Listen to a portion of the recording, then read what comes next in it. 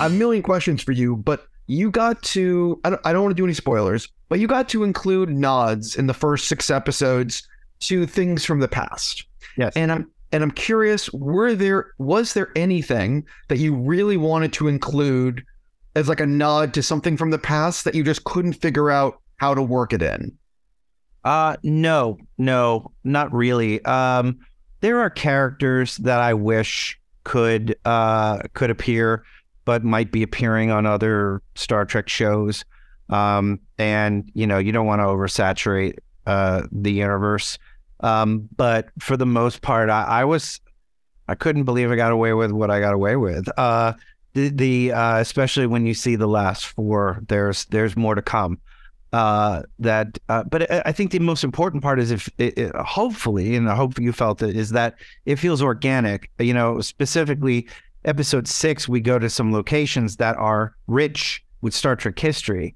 And so there's a fine line between fan service and just being in the universe in which 50 years of history exist. And if you don't take a moment and reference it and have a little fun, what are you even doing? So it's hard. It's a difficult thing, but we feel like we got to do almost everything we wanted to do. What was it like actually coming up with the finale? Because this could be the last time all these characters are depicted together on screen. I mean, this could be the end.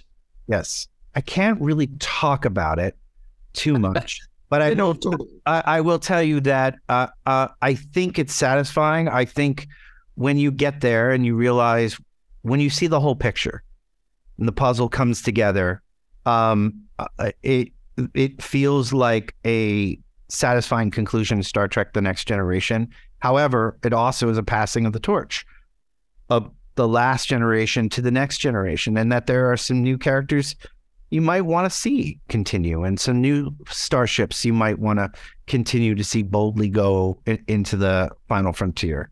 So, yeah. Well, my thing is that I was wondering, when you're doing something like this and you're writing the finale of, Picard season 3, who is actually the person at the studio that you're sort of like, who was the person you were saying, this is what I want to do? Is this okay? I was very fortunate, particularly with this season, that they kind of let me do my own thing. It is not a common experience, but I had a lot of trust given to me it was lovely by everyone involved, and I could not be more appreciative of that.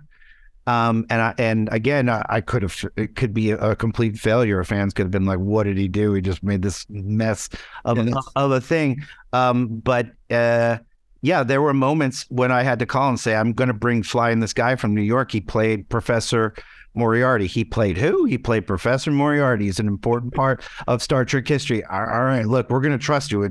You're playing for flights. You're paying. Trust me.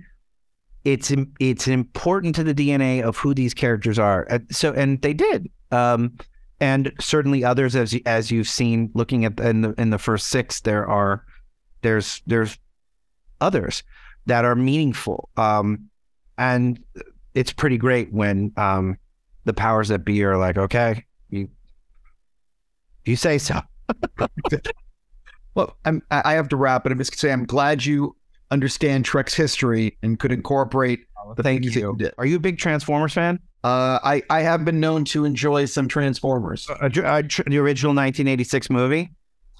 Actually, yes. Okay, well then you should drop into my DM, see if you can find the reference in season 3 to that movie. I now will be looking at it in a new way. Thank you so much, and congrats on the success. Thank you so much. It means a lot to me that you like it. It really does. I really did. I'll talk to you soon.